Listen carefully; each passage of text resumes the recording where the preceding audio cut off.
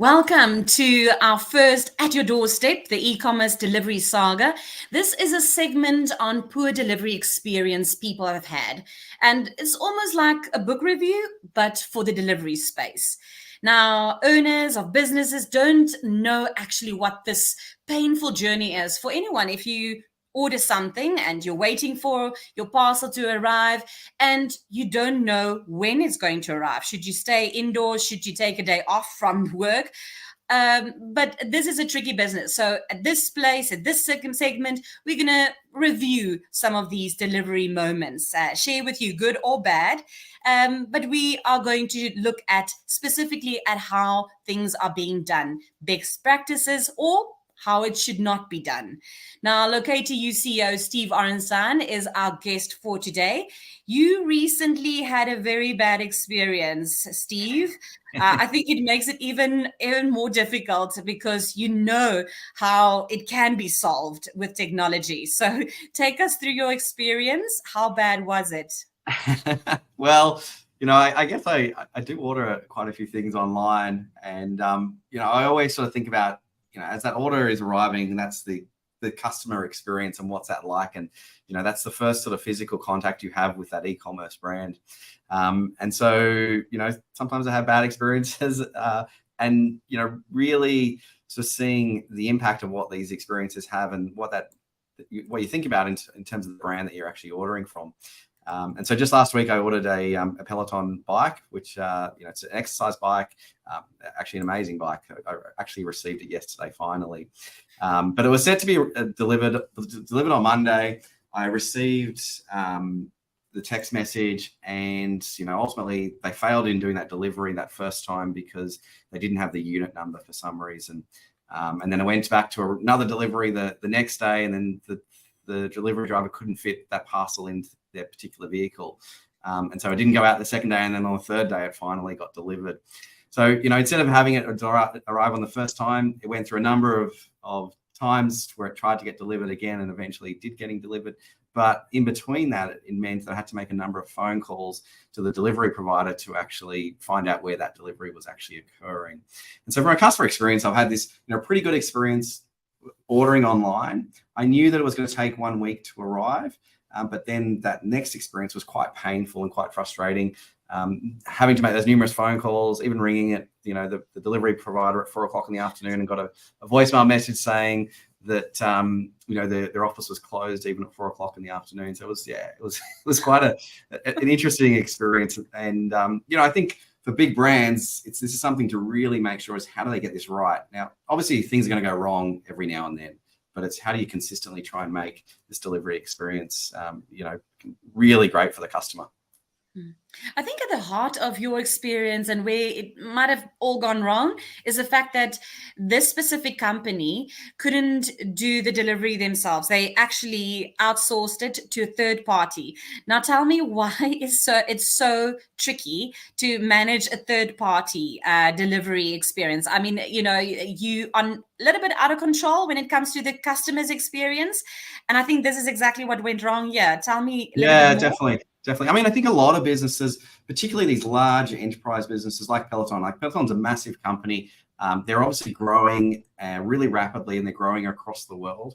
And so for them to grow in different markets, they're assigning, other providers to actually do their deliveries on their behalf. And, they lose control over that delivery experience by doing that. And so, I'm sure they'd be seeing these daily reports or end of month reports saying, here's what the delivery performance looks like.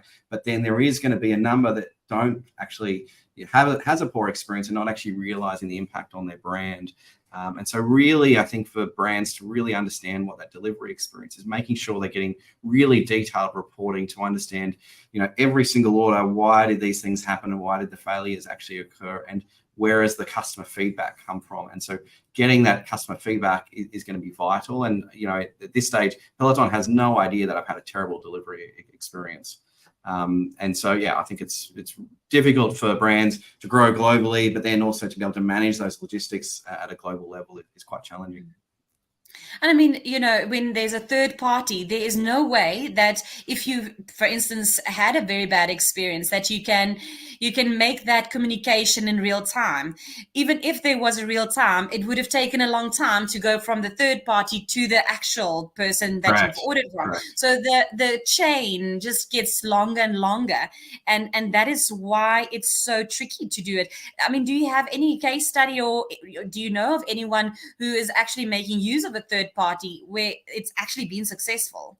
I think it can be successful. I think it's about making sure that that third party has the right technology in place, and the technology enables the communication between the person delivering and the person receiving, and that's really important. I think it's the connecting of the delivery driver to the person receiving that is so vital. And making sure that if you're putting it to a third-party logistics company, making sure they've got the right technology in place, and how are they connecting those two parties together. And it's not just as simple as, hey, sending off an email or sending off an SMS. It's actually being able to say, hey, this is your driver, this is how you contact your driver, and here's a link that shows you the live location of that driver. And that's what businesses need to be doing. And so, there's lots of companies that are looking at doing this type of technology.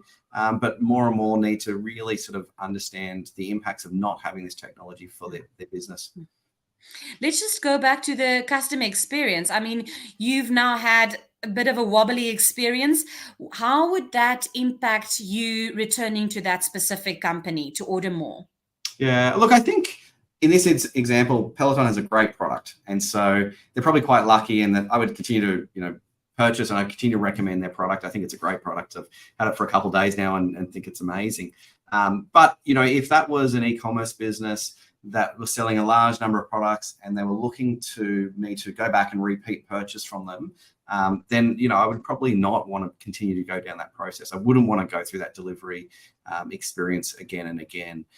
And so it comes down to the type of product that you're delivering. If the value of that product is quite low, then you need to make sure that you're going to get that repeat purchase from your customer, because that's how you're going to get through the cost of acquiring that customer. Because every one of these e-commerce business has a cost for marketing and getting that person to actually purchase, and so they need the repeat purchasing to actually make it worthwhile in getting that customer in the first place. In this instance with Peloton, their product's quite expensive, and so they would have made their money by just me making that one purchase, and so it's not as critical for their business. But I still think it's they've got a premium product.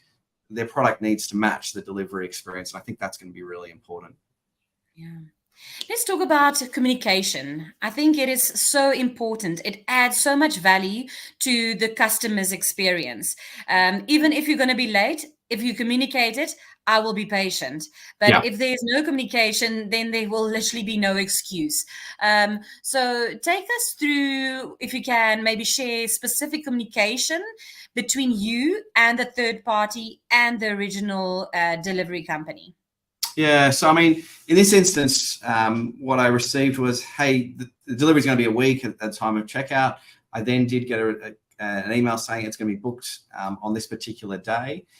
But then on that particular day, very early in the morning, I got a text message and an email saying it's coming out, and this is the time window. And it was a 2-hour time window, which is not bad. But really, 2 hours is a long time to know when that product's actually arriving. Mm-hmm. And ultimately, we ended up missing that driver on that first day because the driver tried to contact me. I happened to be on a plane. I was just getting off the plane. Some random number was phoning me, and I didn't know who it was. Missed the call, called them back. 15 minutes later, the driver had already left, and I couldn't get back in contact with that particular driver. Whereas, if I'd received a tracking link and if I knew the live location of that driver and I saw that driver as he was arriving, then it would have been much, much easier for me to go, actually, hey, this is a driver calling me. I'm actually going to take this phone call and then, let them know that this is what the unit number. He needed to have a 30-second phone call with me, and then the product would have actually been delivered. And it would have saved them the hassle of then coming back out a second time, which obviously would have cost them the money. And I don't know whether that's costing the delivery company money or costing, Peloton money, but someone paid additional for that, what missed out on this 30-second conversation to understand where we were actually located. So I think it's frustrating for the delivery company. It's frustrating for the customer, and could have been solved by sending a tracking link, and the tracking link actually showing the live location of the driver with a live ETA. That ETA can update and change as long as the person knows when that driver's arriving. It really makes such a huge amount of hugely valuable, because even the instance of the driver's got to carry this large item in, getting the place actually ready, opening doors for them, all those sorts of things can be made much, much easier by having that communication. Yeah, I mean, you mentioned now route optimization. Is that the silver bullet that can actually solve all of this miscommunication? It's cost effective. It solves actually so many other problems, customer experience, and then at the Definitely. end of the day, we also need to chat about customer reviews. Definitely. Where can it then all go back full circle to better marketing? Because if you've got an impressed customer, it's going to tie into better marketing as well. Yeah, no, absolutely. I mean, without route optimization, you can't tell your customer when you're arriving. Route optimization allows you to say, this is the order of the deliveries. I know what the order is. So now I can actually tell you this is my estimated arrival time. And hey, by the way, we're going to deliver you number 5 out of my 20 parcels to be delivered today. And you can start seeing that count down. And that is, really valuable from a customer point of view. Yeah. You said, I mean, it's cost effective. Companies are literally saving money. Yep. And it could have been a better experience. Thank you so much, Steve, for your first view on this very important show that we are just looking at, good or bad. It does not always have to be bad. We also want to look at best practices at Your Doorstep, the e-commerce delivery saga. Thank you so much, and do tune in for our next edition next week. Perfect. Thanks, Mia.